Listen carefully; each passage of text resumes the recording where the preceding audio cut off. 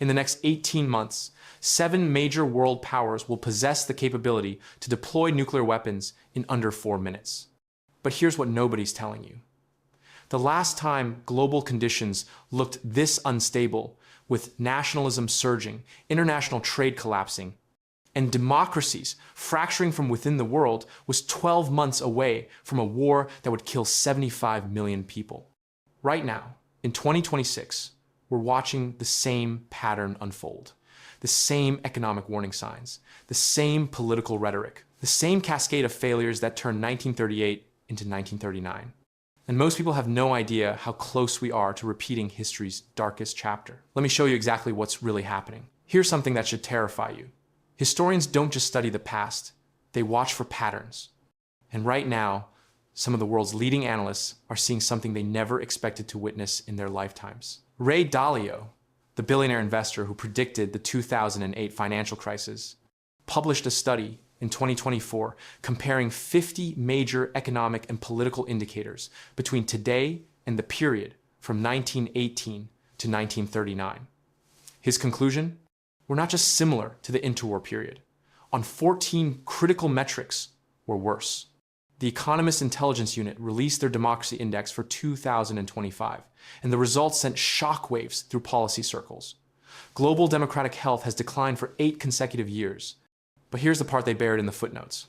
The rate of democratic backsliding between 2018 and 2025 is statistically identical to the rate observed between 1930 and 1937. Think about that.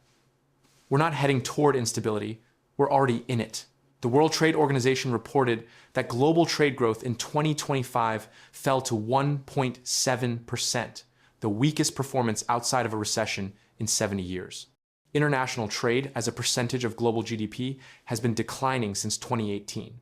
The last time we saw this kind of sustained contraction, 1929 to 1938, right before the world descended into total war.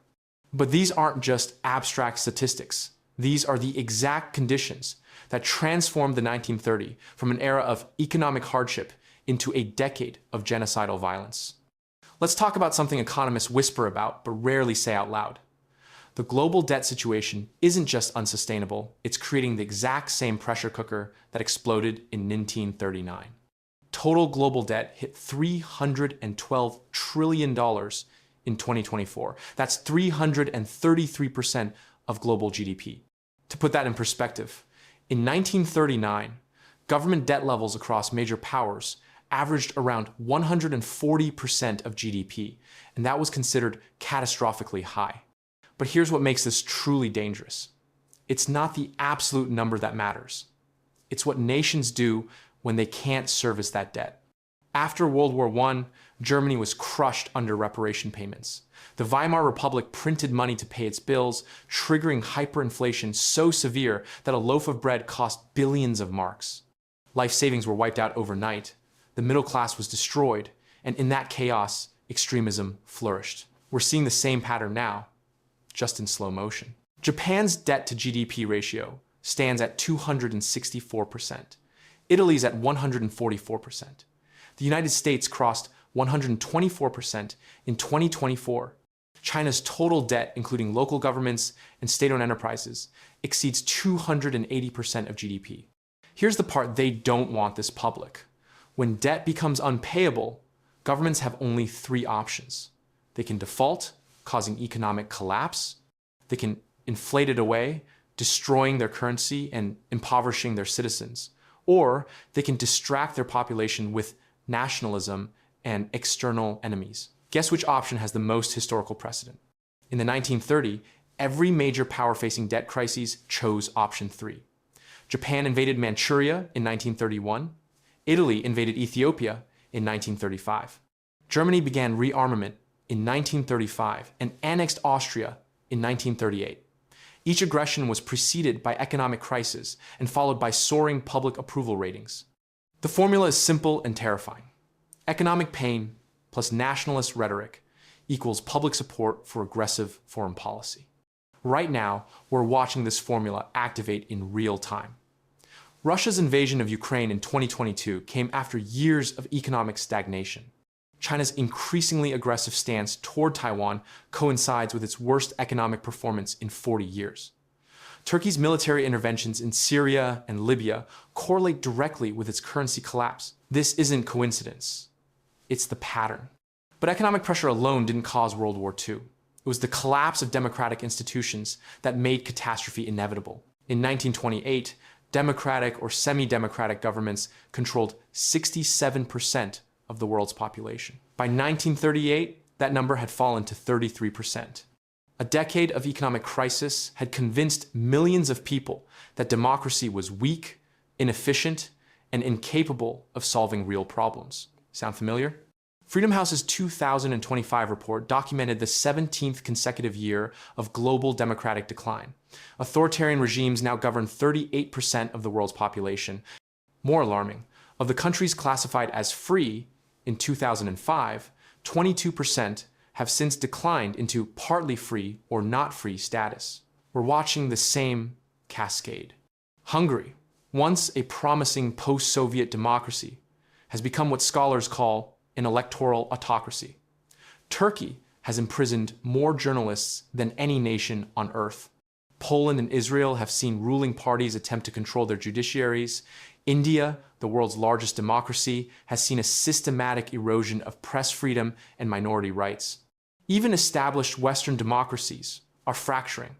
Political polarization in the United States is at levels not seen since the Civil War. France has witnessed mass protests and political violence. Germany's AfD party, founded on nationalist principles, polls at 23% nationally. Italy elected its most right-wing government since Mussolini. But here's what's truly chilling. The rhetoric is identical. In the 1930s, failing democracies followed a script. Leaders attacked the press as enemies of the people. They claimed elections were rigged. They portrayed immigrants and minorities as existential threats. They promised to restore national greatness through strength and unity. Every one of these tactics is resurfacing. The language is the same, the scapegoating is the same, the promise that only a strong leader can save the nation, it's all the same. And we know how the story ends. In 1919, the world tried to prevent another war by creating the League of Nations. It failed because, when push came to shove, nations chose self-interest over collective security. We're watching that failure repeat in real time. The United Nations Security Council has been paralyzed since 2014. Russia and China veto any action against their interests. The US increasingly acts unilaterally. The international order built after 1945 is crumbling. NATO, the most successful military alliance in history, is under strain it hasn't experienced since its founding. Turkey purchases Russian weapons systems. Hungary blocks aid to Ukraine. The United States openly questions whether it would defend Baltic states from Russian aggression.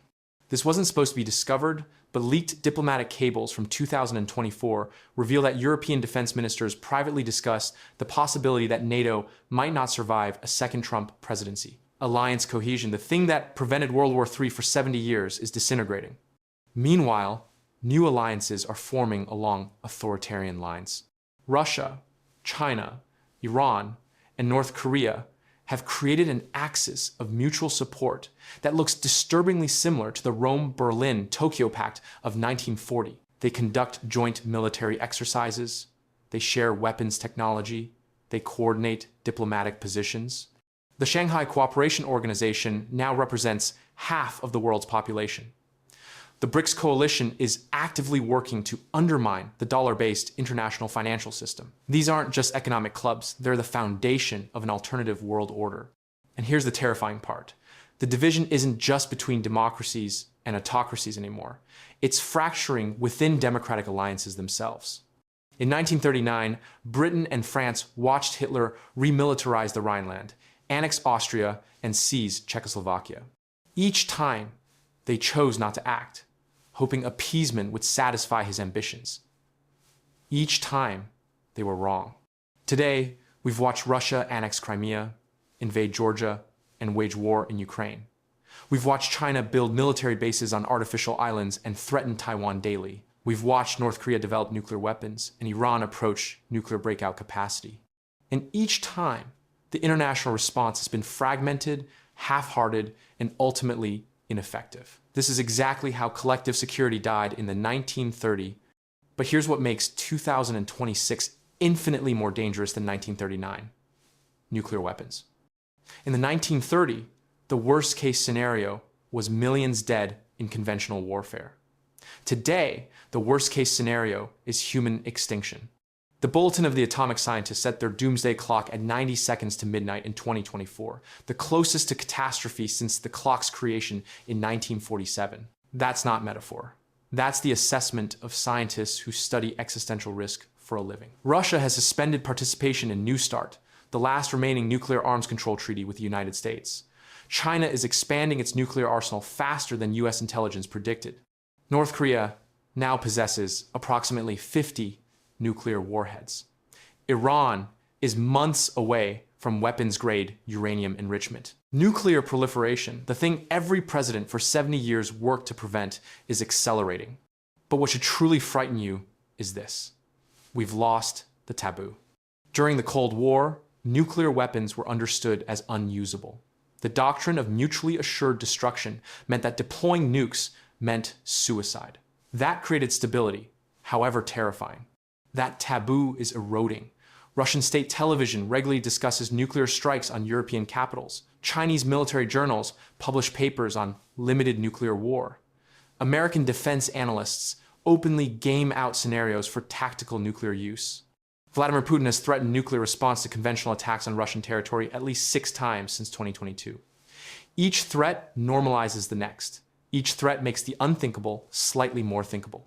And here's what keeps nuclear strategists awake at night. We're entering a world of multiple nuclear flashpoints simultaneously. The Taiwan Strait, the Korean Peninsula, Ukraine, the India-Pakistan border, the Israel-Iran confrontation. Each of these involves nuclear-armed states or their allies. Each is escalating, and they're not isolated, they're connected. If China invades Taiwan, does the US respond? If the US responds, does Russia see an opportunity in Europe? If Russia moves in Europe, does NATO respond conventionally or with nuclear deterrence? If NATO responds, does China support Russia? Where does it end? This wasn't supposed to be possible. The entire post-1945 order was designed to prevent exactly this scenario. But that order is failing. Here's something most people don't understand about World War II. It started economically before it started militarily. In the 1930s, nations weaponized trade. Japan needed raw materials, so it invaded Manchuria in China. Germany needed Lebensraum, living space, and resources, so it expanded eastward. Italy wanted an empire to rival Britain and France. Economic desperation drove territorial aggression, and territorial aggression led to total war. We're watching economic warfare accelerate right now. The United States has implemented tariffs and sanctions as primary foreign policy tools. China has restricted rare earth exports and used trade access as political leverage. Russia has weaponized energy supplies to Europe. The European Union has created economic sovereignty policies that prioritize European interests above free trade. Global supply chains, which created interdependence and, theoretically, peace, are being deliberately decoupled. The US is forcing companies to choose between American and Chinese markets. China is building alternative supply chains that exclude Western technology. Both sides are stockpiling critical materials as if preparing for economic siege. This is the exact pattern that preceded World War II. But here's what makes it more dangerous now. The global economy is far more integrated than it was in 1939. When that integration breaks, the collapse will be catastrophic. Consider semiconductors. Taiwan produces 92% of the world's advanced chips.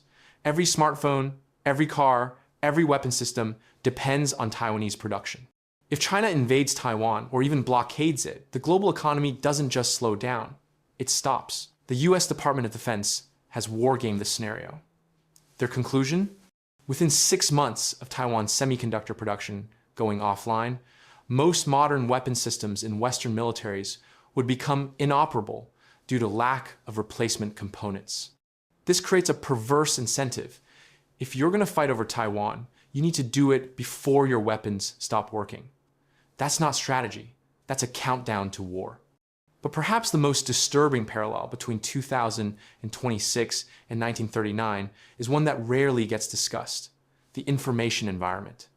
In the 1930s, Fascist and communist regimes understood something democratic governments didn't. Control the narrative, and you control reality. Hitler's propaganda minister, Joseph Goebbels, didn't just lie. He created an entire alternative reality where Germany was the victim, Jews were the enemy, and war was defensive necessity.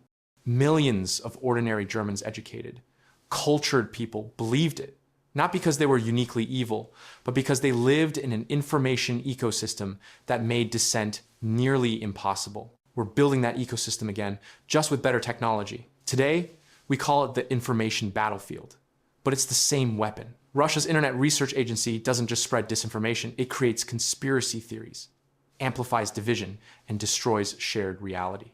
China's 50-cent army floods social media with nationalist propaganda. Western intelligence agencies have documented systematic campaigns to undermine trust in democratic institutions, elections, and media. But here's the truly dystopian part. Artificial intelligence is making it exponentially worse. Deepfake technology can now create video of any world leader saying anything. Large language models can generate millions of personalized propaganda messages.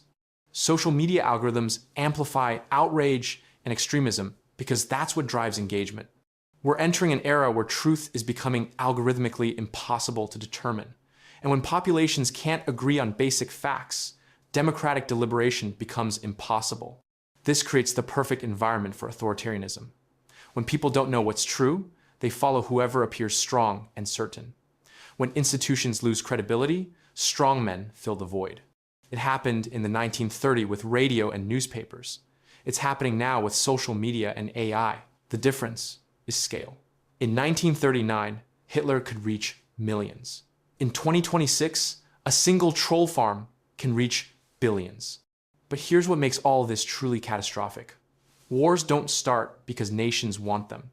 They start because nations miscalculate. World War I started because of a miscalculation.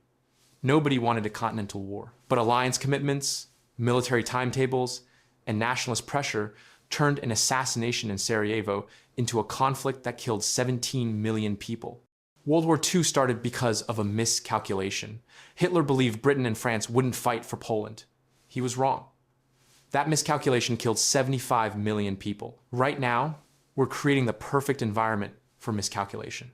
China believes the United States won't fight for Taiwan. The United States believes China won't invade Taiwan. Both can't be right. Russia believed NATO wouldn't support Ukraine. NATO believed Russia wouldn't invade. Both miscalculated, and hundreds of thousands are dead. But the next miscalculation might involve nuclear weapons. And nuclear miscalculation doesn't get a second chance. We know from declassified documents that the world came within minutes of nuclear war at least 6 times during the Cold War. In 1983, a Soviet early warning system falsely detected incoming American missiles. The officer on duty, Stanislav Petrov, violated protocol and didn't report it to his superiors. If he had followed procedure, the Soviet Union would have launched a retaliatory strike. One man's judgment prevented World War III. How many Stanislav Petrovs do we have left? How many times can we roll the dice before we miscalculate our way into extinction? Now let's talk about something that should terrify you more than anything else: the quality of leadership. In the 1930s, as the world slid toward catastrophe, who was in charge? In Germany, a failed artist with a messiah complex. In Italy, a former socialist journalist who invented fascism to stay relevant. In Japan, a military junta that believed dying for the emperor was the highest honor. These weren't experienced statesmen. They were demagogues, ideologues, and fanatics who valued glory over human life. Look around at today's leadership. Really look. We have nuclear powers led by former KGB officers, by leaders who face criminal indictments, by politicians who rose to power through television and social media rather than governance experience. We have nations where octogenarians make decisions about weapons they don't understand. We have democracies where policy is determined by who wins the news cycle rather than who has the best analysis. This isn't about left or right, conservative or liberal. This is about competence and temperament in an era that demands both.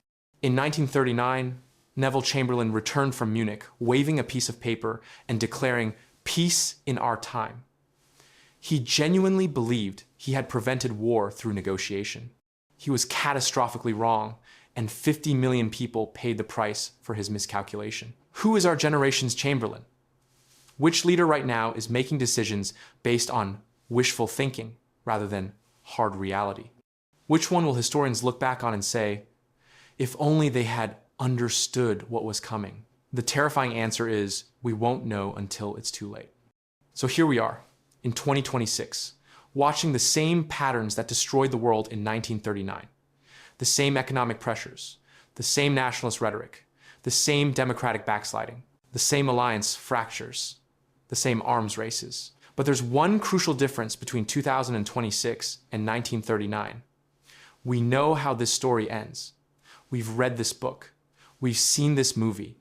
We know that when nations choose nationalism over cooperation, when they choose military strength over diplomatic engagement, when they choose short-term political gain over long-term stability, the result is catastrophic. The question is whether knowing the pattern is enough to break it. History suggests it isn't. Humans are remarkably good at convincing themselves that this time is different, that our situation is unique, that the old rules don't apply to us, but the data is screaming at us. Every indicator that predicted disaster in the 1930s is flashing red right now. Global debt, democratic decline, trade contraction, alliance fracture, nationalist surge, nuclear proliferation, information warfare. We're not heading toward 1939. We're already there. The only question is whether we're in 1936, when there was still time to change course, or 1938, when the momentum toward war became unstoppable. And here's the truly maddening part. The solutions aren't complicated. Reduce debt through disciplined fiscal policy. Strengthen democratic institutions through civic investment. Increase trade to create interdependence. Reinforce alliances through credible commitments. Control nuclear arsenals through renewed treaties. Combat disinformation through media literacy. None of this is mysterious. We know what works. We've done it before. After 1945, the world built institutions specifically designed to prevent another catastrophic war. The United Nations, the World Bank, NATO, the Nuclear Non-Proliferation Treaty.